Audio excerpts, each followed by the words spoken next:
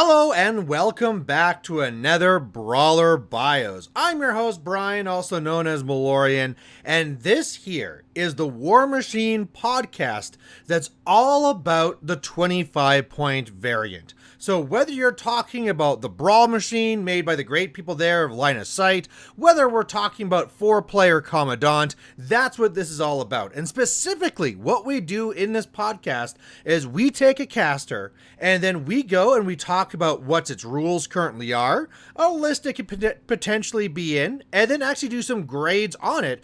But again, this is all being done within that scope of 25 points. So whether you're planning to play some Brawlmachine or Kommandant, or whether you just want to learn a little bit more about a caster, this is the place for you.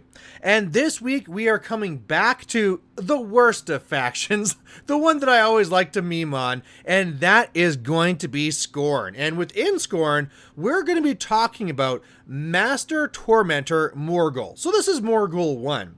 Now, this is a Scorn Paingiver Warlock, and it has Speed 7, so pretty fast, Strength 6, Mat 8. And for an old caster, something with Mat 8, fantastic. But when you're supposed to be like a Master Assassin, it makes sense. Rat 4, but that doesn't matter because you don't have a gun.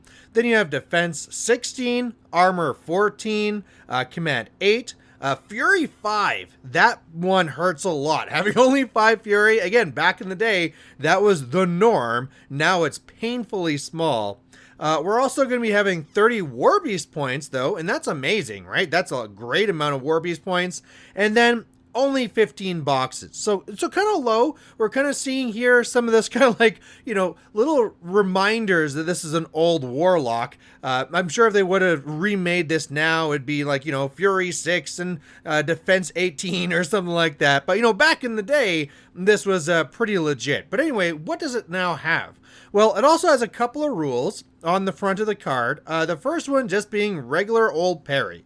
So that's not bad, right? If you need to sneak around and get to wherever you need to get, that's fantastic. As well, you also have Pathfinder. So again, a very nice thing to have on the card. All right.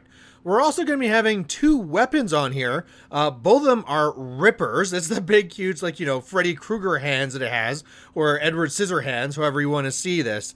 But they are only range 0.5, ouch, P+S 11 magical weapons, and these have double strike, so this model can spend Fury points to make 2 additional attacks with this weapon for each Fury point spent. So this is a lot like Sturgis, so spend 1 Fury or 1 focus in Sturgis's case, get 2 attacks. So this means you can charge in, make a couple attacks, and then from your 5 Fury, get another 10 attacks. So this can actually really add up quite a bit, and it's one of those things that if you don't see this coming can be a huge surprise.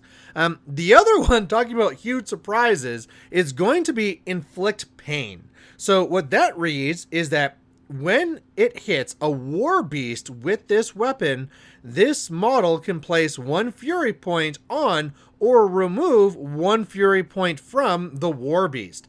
Now, this is kind of more of a silly rule than a good rule. So what the meme way to use this is that you charge in, put extra Fury on top of a War Beast so that on the other side, they're going to go and probably frenzy. And I made you frenzy by adding some Fury onto you.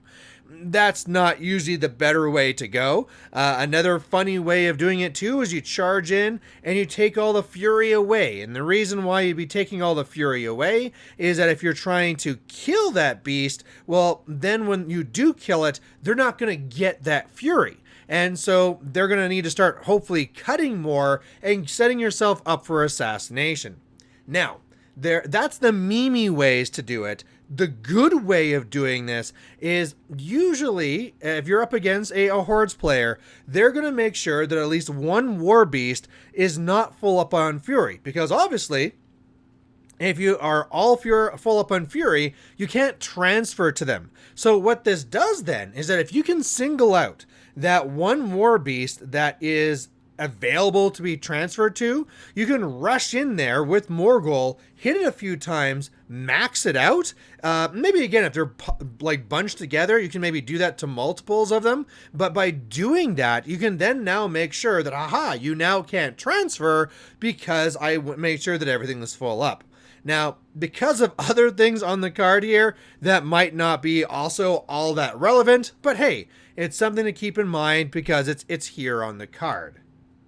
Alright, going to the back of the card, there's more special rules. So of course, I mean, the ones on the Rippers are a big chunk of this, but there's more. So the first thing that's on here is anatomical precision. So what that says is that when this model's melee damage roll fails to exceed the armor of a living model hit, that model suffers 1 damage point. A model disabled by a melee attack made by this model cannot make a tough roll. Now, this is nice because it means you can go into some infantry, and even though you're only P plus S11, that number doesn't matter because you're just hitting and doing 1 point if they're on only 1 box model. Nowadays, a lot of infantry has 5 boxes, so that might not be all that great. Again, if you charge in and do extra damage, that's great. It's only if you fail to do damage, then you at least do 1. Now, something else then to keep in mind with what we already know about Morghoul is that we already know you can do a lot of attacks. So this means that at a minimum, assuming you can hit, Morghoul will be doing 12 points of damage to whatever it charges into, because 2 initial attacks, and then you can be buying 10 more. So all that together is a big chunk of damage where, you know, if they were hoping to transfer stuff away, it really sucks when you have to like transfer away 1 damage. So again, it's sometimes going to be very minor. It has to be against a living model, so you can't do this against a jack or something like that. But sometimes this is a great way to get in there and just finish something off with just like, you know, an army of little paper cuts basically.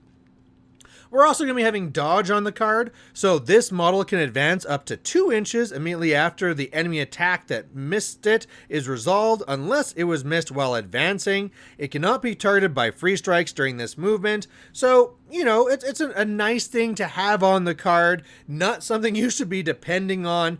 Do remember that this is any attack. So if they're off and they're like, oh, well, I might as well shoot at your caster just for funsies. If they miss, go ahead and take that 2-inch move. Sometimes this will save you, but defense 16, you know, it's nice, but it's not like that 17, 18 range where like you're really sitting pretty.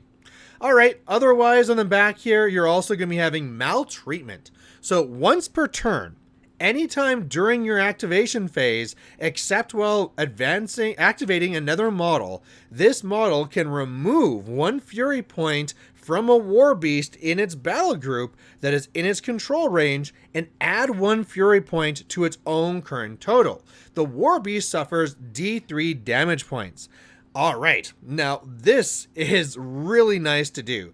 Now, this is anytime during your activation phase, so you can be doing this whenever you want, except for what it means while activating another model. So don't feel that you can go in there with a beast, do some damage, and be like, haha, I'm going to take a fury away so I can make an extra attack. No, you can't do it then, but literally any other time you can do this, and it's a little bit of fury management, but it's also going to be also trying to get that damage on there. It seems weird that you'd want damage on your beasts, but trust me, that's something you might actually want to do.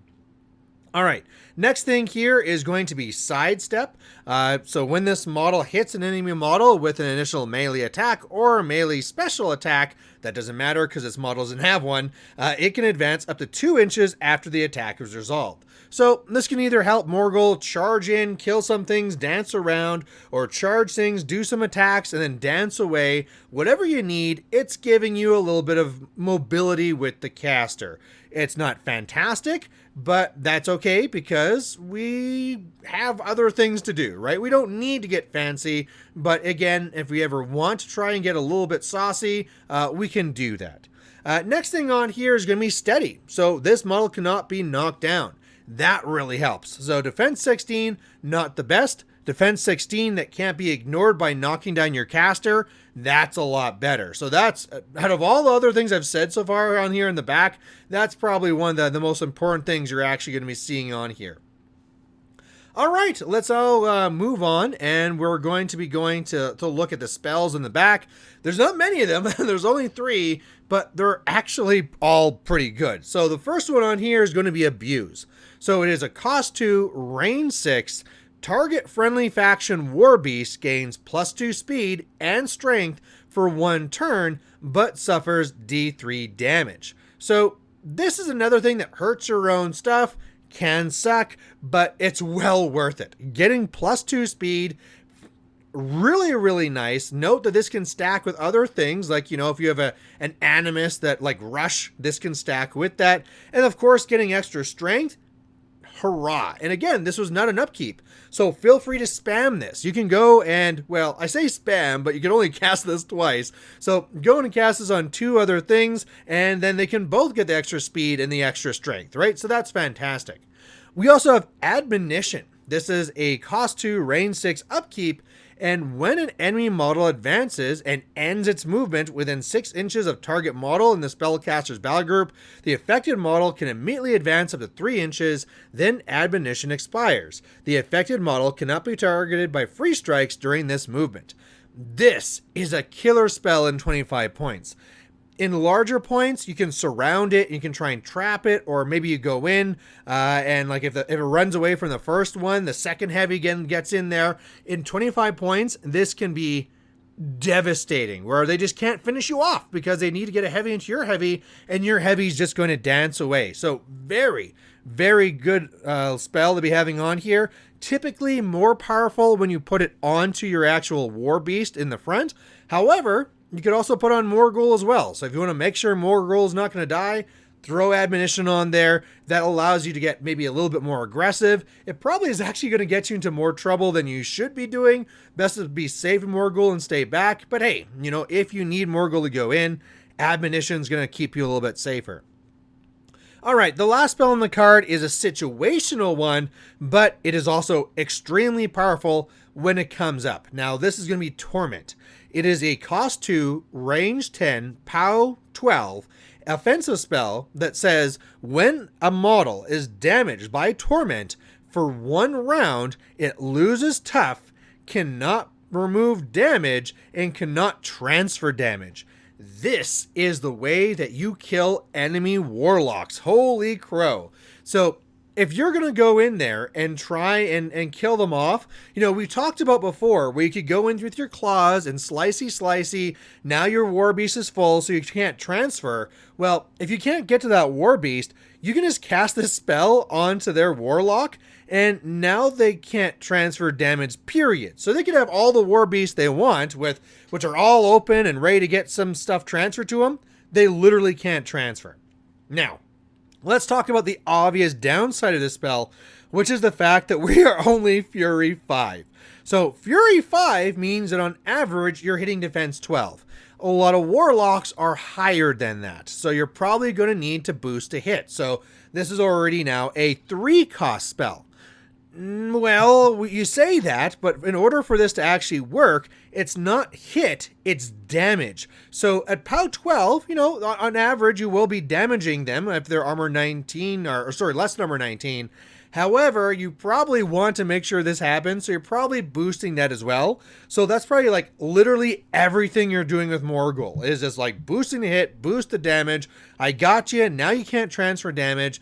And if I did all that, now I can't be casting Abuse, so that's unfortunate. But hey, it's something you can do when you need it to. You know, when you need to kill that warlock, they're feeling, you know, safe because they're camping their full stack and they have lots of war beasts to transfer to. You do this, and then they're basically naked. They have no transfers whatsoever. I know there's going to be people out there that think this is a garbage spell, but I mean, compared to this, like, you know, to like Convection, the garbage spell that usually gets thrown onto warcasters, I will take Torment every single time. You know, the chances for this to doing really good work, totally worth it. All right, finally, we're at the back of the card. We're on to the feat, and this feat is good. It is called Pain and Suffering, and it says, while in Morghoul's control range, and keep in mind, that's only 10 inches, so that's the bad part of the feat, enemy non-warcaster, non-warlock, non-infernal master models cannot have damage transferred to them So again, this is a way where if you're up against hordes, you don't need to fill up those beasts. You don't need to tag them with that spell. You just pop your feet, and if you can capture those beasts in that 10 inches, they can't have things transferred to them anyway. So again, this is a whole bunch of dunking on the horde sides of things. But anyway, be forced or spend focus, fury, or essence except to pay tithe. Pain and suffering lasts 1 round. Now, here's the thing. When most people look at this feat, they see it as a super dunk onto the horde side. Now, I say a super dunk, but there's a problem here. And the problem is that if you ever want to assassinate an enemy warlock, well, the real issue here is that in Scorn, you don't typically have a lot of range options. You can do some things. There are range options in there, but I mean, like the big, huge animatrax you can't take in Brawlmachine, and let's face it, it's just not Signar. It's not Signar. It's not Retribution. We don't have all the guns. So you actually have to get something to them in combat, and normally if you can do that, they're probably in a lot of danger anyway, but hey, it's a nice thing to have. So because of that part of like, it's good, but only against half the game, and even then it's not all that great, well, there's the other part of the feat too. Don't ignore that. If those enemy models can't be forced or spend focus or fury, that means they can't buy attacks. That means they can't boosting to hit or damage. And that is massive. That means you can go in there and just be like, you know what? This is not an assassination whatsoever. I'm just going to go in there, charge in. You know, I got rush. I got abuse. We're getting +4 speed. Zoom, we're getting in there. We're doing work. And oh no, I didn't do enough work. I guess I'm going to die. Well, no, because they basically just get to make their initials, and that's that. And if you have anything that's skewing armor or defense or anything like that, they can't boost to get around that. So that's a real problem.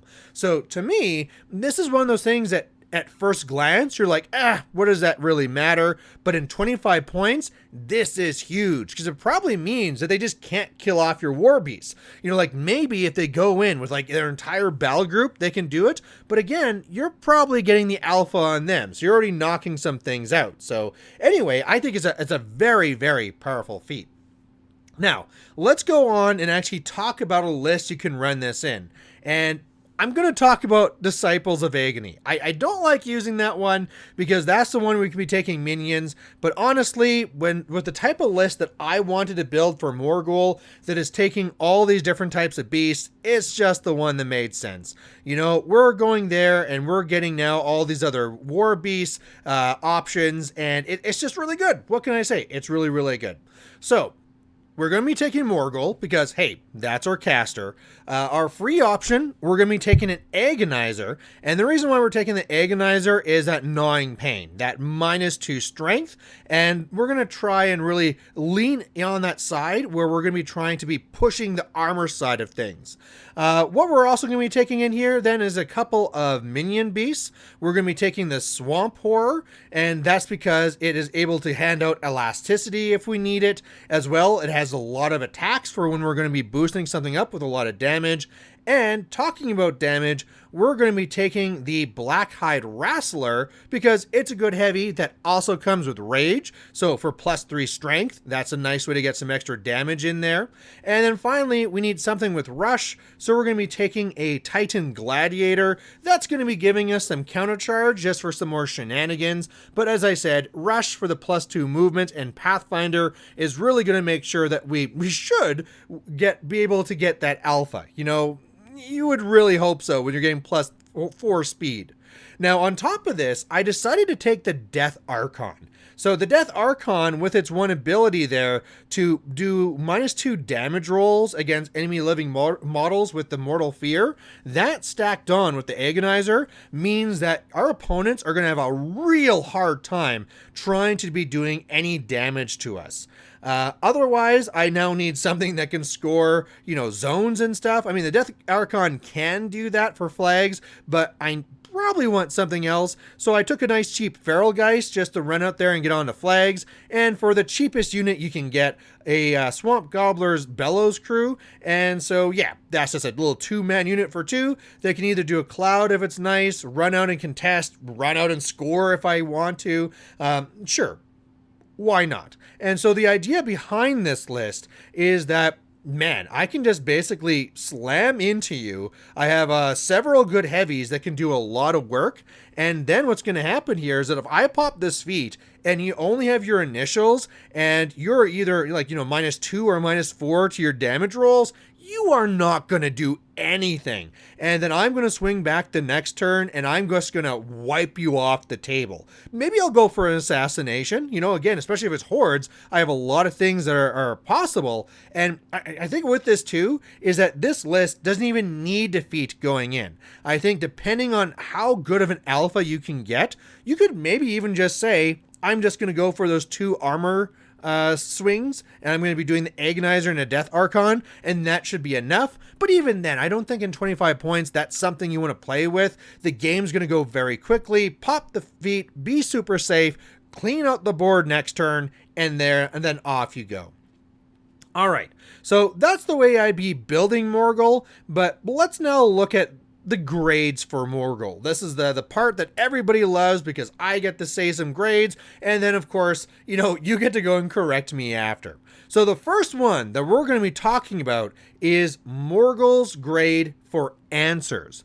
What is there on the card that answers a skew on the other side? If my opponent comes with a lot of armor, with a lot of defense, a lot of incorporeal, whatever it is, what do I have on my card that answers that? And there's some. I have the Abuse, so that's going to give me +2 strength, so that can get over an armor skew. I have nothing. I guess I could also say if an armor skew, I have Morghoul himself that can go in there with anatomical precision and slicey my way through. That's not a great option because it requires my caster to be up there, but it's an answer.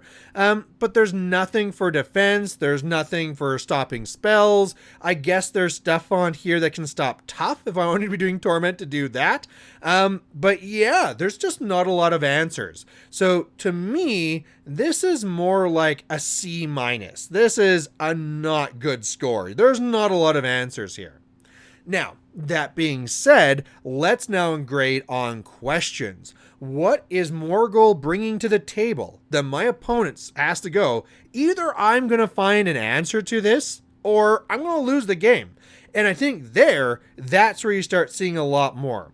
You have your Abuse ability to be having extra speed, saying that I'm going to go in there and get that crushing alpha. I have the Admonition that's asking the question, can you deal with this? Because right off the bat, if you have like 1 good heavy or it gets down to 1 good heavy, you're losing this game because you're not going to be able to get to me.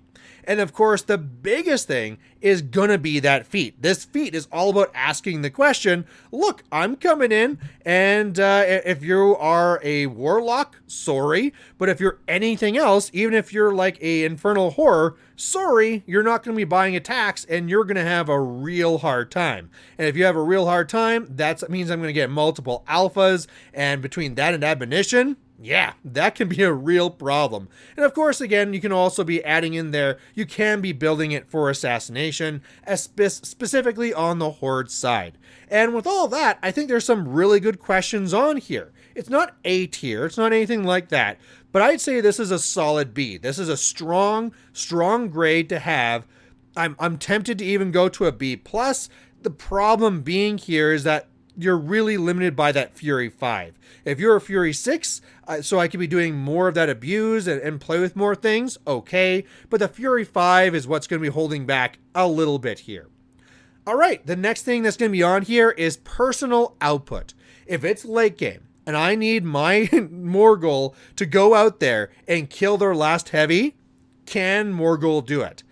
Now, if it is a living war beast and it's down to 12 or less boxes, sure, yeah, Morghoul can get in there and get all slicey. But if it's anything else, you're in a lot of trouble. Like if it's just a jack, this is not going to happen. So I think even with, the horde side where you could be doing the anatomical, this is going to be a D+. This is pretty weak. I do not like it at all. I mean, you could be going in and boosting, but I mean, these are POW 11s. You can boost all you want, and you're only Fury 5. This is, if you're boosting and not buying 2 extra attacks, Morghoul is very, very sad. So that, unfortunately, is going to be a very low grade.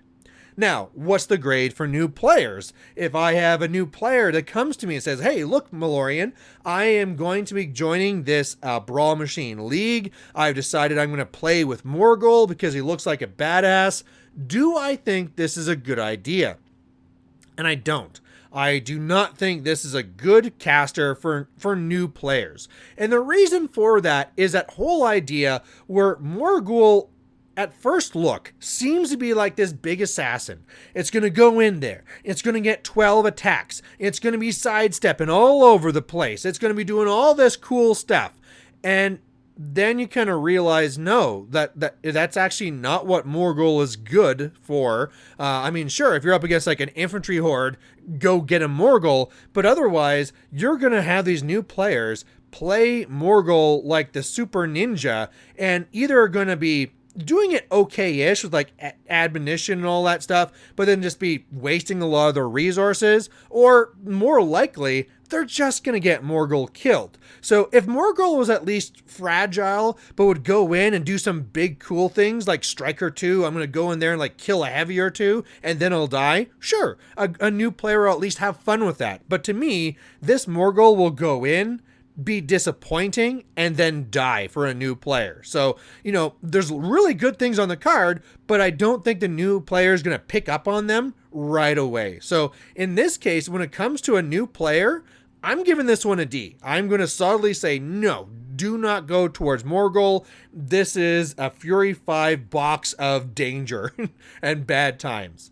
Now, what do I think about Morghoul for experienced players? If somebody came to me and said, Brian, I am going to that Brawlmachine tournament and I'm going to win it and I'm bringing Morghoul, I would think they stand a solid chance, given that I'm going to assume that they're going to be playing it correctly, keeping Morghoul safe, really using the feat to get the advantage on the opponent, get the alpha, get the double alpha, using that admonition late game to really close things out and just be, untouchable. I think they stand a very good chance. How good of a chance?